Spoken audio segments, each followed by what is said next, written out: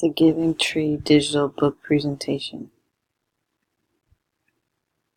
The Giving Tree by Cheryl Silverstein is about a tree who loves a boy.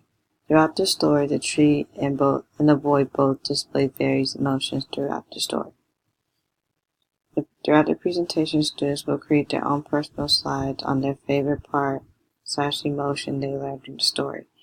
After choosing their favorite part, students were asked to write a paragraph describing their picture and the importance of giving. Once uploaded, students were able to customize their pictures using Google Slides and Clipart. Directions for slide completion. Number 1. View The Giving Tree by Cheryl Silverstein. Record their response in a writing journal about the text. Discuss their favorite part of the story with the group. Type up a paragraph about the main character, the boy in the tree. Have students include the importance of giving and being unselfish.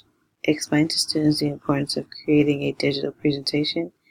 Have students select clip art describing their paragraph and edit their uploaded pictures describing their emotion. Record presentations, have students read paragraphs individually. Play presentations and have students present their slides to the class. And this is a sample of a student's reflection. The Giving Tree is a story about a tree that loves a boy. The boy visits the tree every day to play. As time goes on, the boy gathers the tree's leaves and eats her apples. As the boy gets older, he starts asking for things the tree can no longer give him.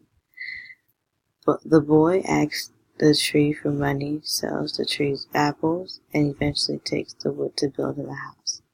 After reading the story, I believe it is important to be a giving person because you're able to help others who are in need. For example, instead of getting a homeless man money, you can buy him a meal because there's a possibility that he's not eaten in days.